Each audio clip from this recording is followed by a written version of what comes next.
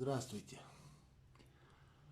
Да, вы видите деку, которую мы уже смотрели, но возникли некоторые дополнительные обстоятельства. В частности, мы смотрели мелкий ремонт, в частности, замена пасека, и мы смотрели основные функции для записи и для воспроизведения. Но, как оказалось, что меня уже несколько товарищей спрашивали все-таки дополнить до конца функции, которыми можно пользоваться. И я подумал, что действительно, так как эти аппараты уже все старые, часто покупают их из вторых и даже третьих рук, и часто они бывают без инструкции. И человек может действительно сразу так не понять все полностью, поэтому, чтобы не делать долгих видео, мы сделаем несколько роликов и буквально по ряду каких-то функций, и пускай они лежат, кому-то пригодится. Вот, потому что я опять прошу прощения у профессионалов и опытных владельцев, которые знают это все наизусть. Но есть разные люди, поэтому кому-то интересно это, кто-то здесь что-то подчеркнет новое. Так что сегодня давайте посмотрим два аспекта. Это подключение клавиатуры, управление с помощью клавиатуры этой деки и основное сетап-меню. Поэтому приступим. Значит, мы включаем наш аппарат.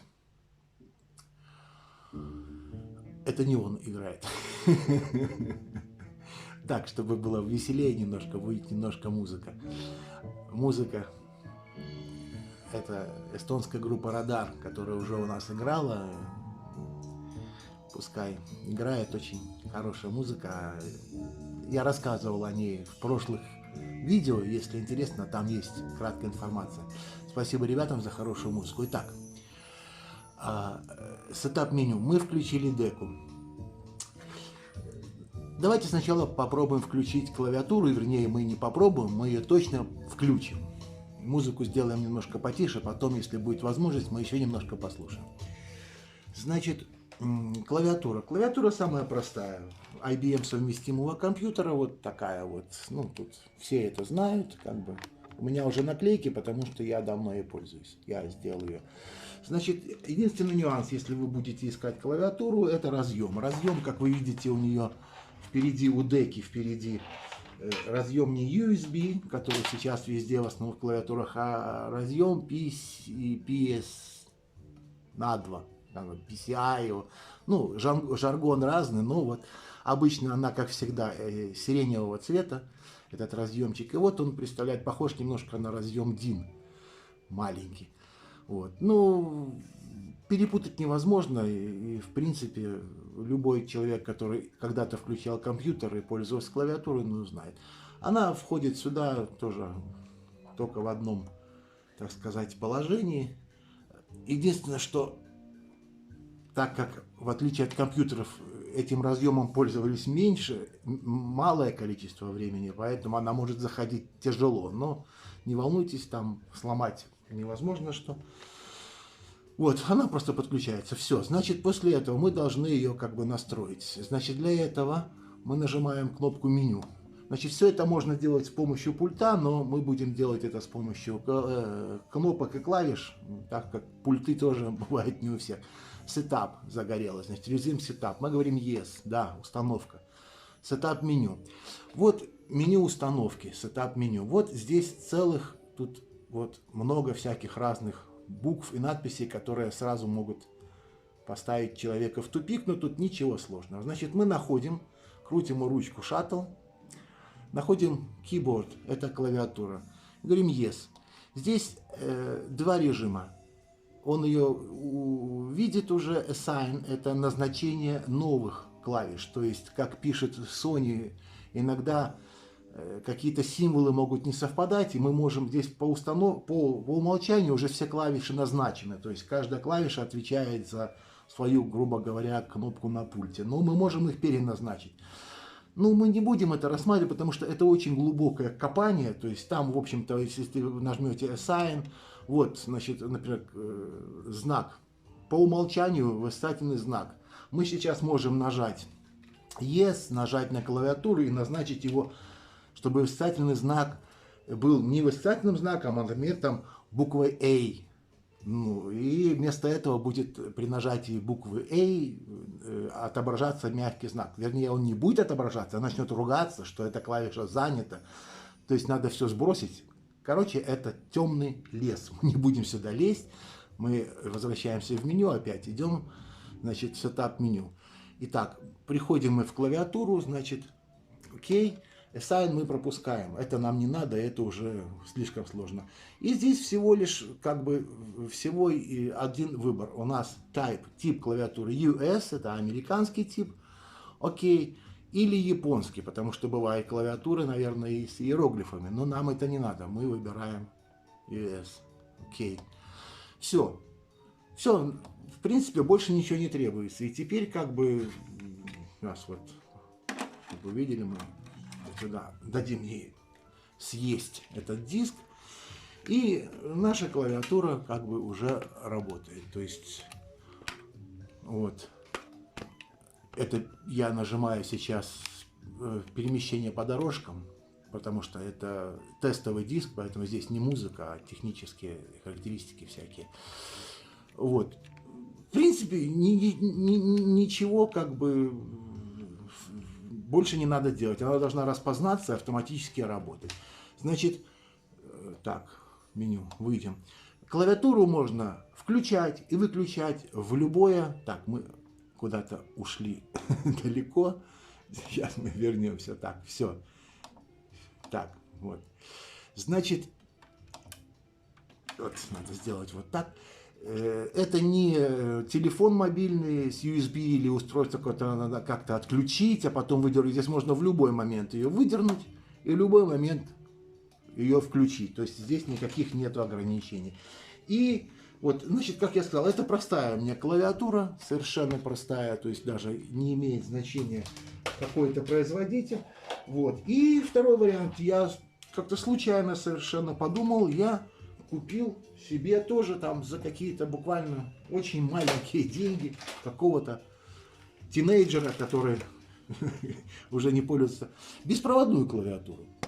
Вот, беспроводная клавиатура, сейчас я вам покажу, это, так, где тут у нас написано, это у нас, так, где же тут ее, Logitech Cordless Desktop Express. Это даже не клавиатура, это комплект был клавиатура плюс мышь. Вот здесь батареечка одна вставляется, маленькая, AAA. Вот, и, значит, к ней есть и как бы приемник. То есть вот он вот один, и он был одновременно и для мыши, и для клавиатуры. Мышь зеленая, клавиатура, такой же разъем, видите. Вот, но мыши как бы уже не было, но она нам и не нужна. Аналогично, мы вставляем сюда, значит, подключаем этот, не клавиатуру, подключаем сам блок. Сейчас мы тут найдем положение, которое вот тоже туго входит, но ничего страшного. После этого мы включаем этот блок, надо включить клавиатуру саму, вот, чтобы установилась связь. Вот, клавиатура вот здесь есть. Connect, надо нажать. Вот сразу у нас блок этот. Загорелась зеленая лампочка. Вот здесь вот она, вот она. Вот. То есть все связь между пультом, не пультом, между блоком управления, между приемниками клавиатуры установлена. И клавиатура тоже, в общем-то, она, вот я ничего не делал, она тоже как бы работает. Никаких проблем не возникает. Вот, вот треки я нажимаю. Единственное, что вот на разных моделях DEC разные клавиши назначаются по-разному. То есть вот здесь, на этой клавиатуре, например, в одной деке в 9 серии клавиша F12 это Eject, а здесь она работает как она работает здесь, а здесь она работает как Yes просто. Вот, то есть, ну, это тоже как бы в инструкции всегда есть табличка с назначением клавиш. Вот, так что по клавиатуре проблем не возникает. Единственное, что когда будете пользоваться беспроводной, убедитесь, что питание есть, наверное, беспроводные клавиатуры, которые, наверное, я не знаю точно, которые получают питание от компьютера. Может быть. Вот, это, наверное, здесь такой вариант не проходит. Надо, чтобы клавиатура имела автономное питание. Вот тоже я вам сказал, этот вот, моя модель, это Logitech, так, как она называется, YRQ57. Вот, это модели. Ну, если вы такую найдете, я не знаю, насколько она распространена, то есть вот она работает, не вопрос. Вот, с клавиатурой мы закончили. Так, мы и так уже долго беседуем, поэтому давайте. Так, сейчас немножко музычки. И теперь по сетап меню. Значит, диск мы вынимаем. Любой вход в меню – это кнопка меню. Здесь есть два меню. Первое – это сетап меню, и второе, когда диск вставлен, уже тогда… Сейчас. Тогда уже возникает у нас edit меню, то есть редактирование. Поэтому мы пока работаем без диска. Ох, красиво, да, играет? А это, между прочим, наверное, 85-й год, скорее всего. Вот тогда люди играли уже такую музыку. Так. Ладно, потом послушаем. Значит, сетап меню входим. Так, вот сетап, yes. Сетап меню. Keyboard. Клавиатуру мы уже пересмотрели. Все, как бы тут все ясно. Поехали дальше. LP Stamp On. Это ничего страшного. Такая тоже. Значит, это функция, которая штампует, ну, ставит отметку о том, что вы используете режим MDLP, то есть пониженной скорости. И, как я понимаю, он заставляет или сразу гореть красным огоньком, она распознает, или он ставит штампик, если вы этот диск, который на режиме LP записан, вставите в другую деку, которая не поддерживает, то есть он ее сразу или пропустит, или напишет, что это воспроизвести невозможно. То есть это просто отметка об использовании скорости в 2 раза медленнее этого режима. Они бывают не на всех деках. Поэтому его можно включить или выключить. Значит, вы понимаете, он, нажимаем Yes и меняем или On, значит, вот, или On, или Off. Ну, я поставил Off, вернее, On, это по умолчанию стоит On. В принципе, такая, ну, может быть, и надо кому-то, если у тебя 5 дек. Так, дальше поехали.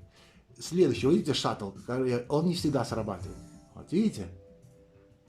Значит, поэтому, может быть, я буду не по порядку. Давайте я сейчас отмотаю. Хотя здесь, по-моему, оно не по кругу. Или по кругу. Или у меня шаттл уже здесь разбился. Это больное место, это я уже говорил. Это... Здесь Sony, конечно, не доработали. И даже в дорогих аппаратах этот шаттл тоже барахлит. Ну, не критично. Главное, что он пропускает иногда. Но главное, что он, в конце концов, сработает. Ну, а если у вас есть клавиатура, вы можете про этот шаттл, в принципе, забыть вообще. Значит так. Давайте еще раз. Значит, так, пока музыку потише. Значит, поехали. Еще раз. Выходим, заходим. И, значит, сетап меню. Есть, поехали.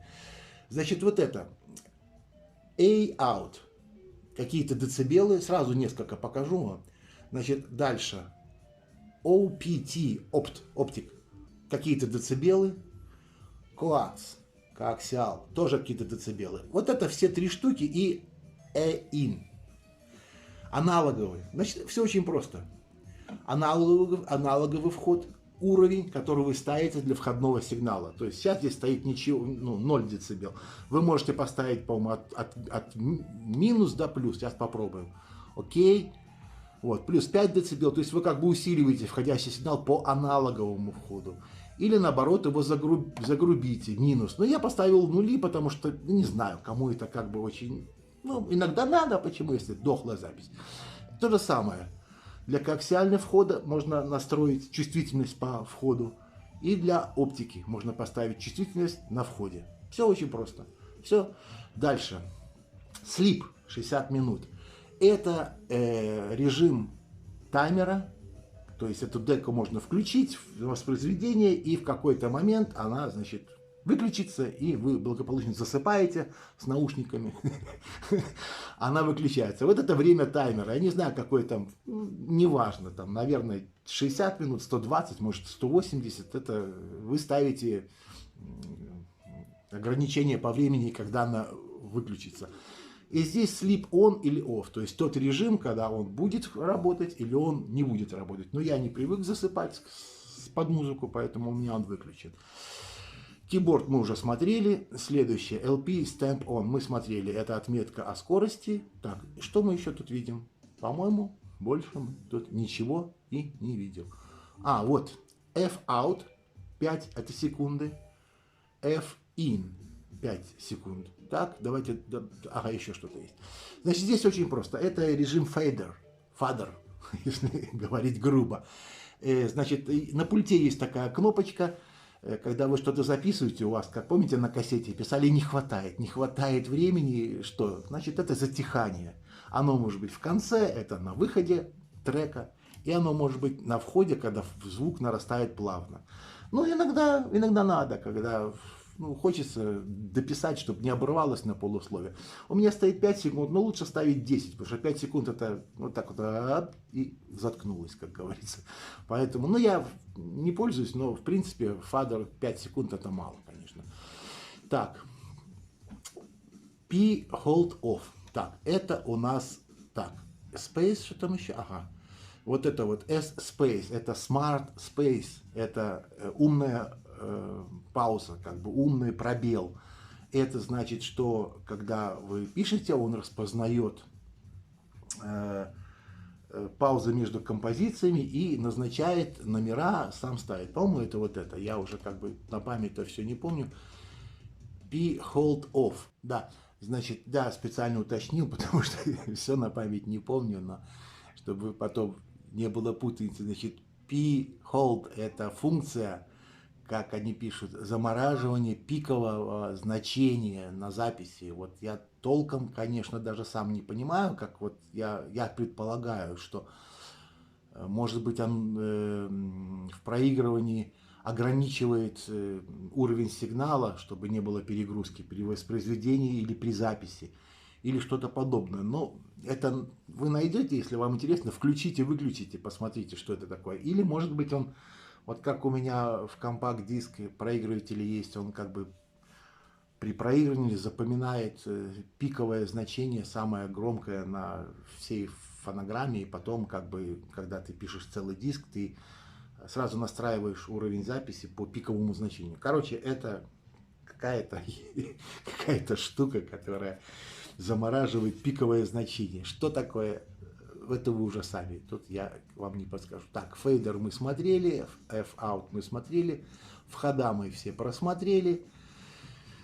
Все, больше здесь в меню ничего нету. То есть вот оно, как бы эти все страшные непонятные надписи в сетап-меню мы с вами прошли. Значит, ну, и так уже мы, наверное, много времени потратили, чтобы не затягиваться. Следующее видео копнем немножко дальше. Вот. Ну, все, как бы. А так, тут немного осталось, но много есть интересного, поэтому, как бы, продолжим. Вот. Но сейчас несколько секунд хорошей музыки. Мы ее слушали уже. Ну, попалась этот трек. Ну, будем слушать этот трек. Всего вам хорошего. Долгих лет в вашей аппаратуре. Слушайте хорошую музыку и слушайте ее на хорошей аппаратуре.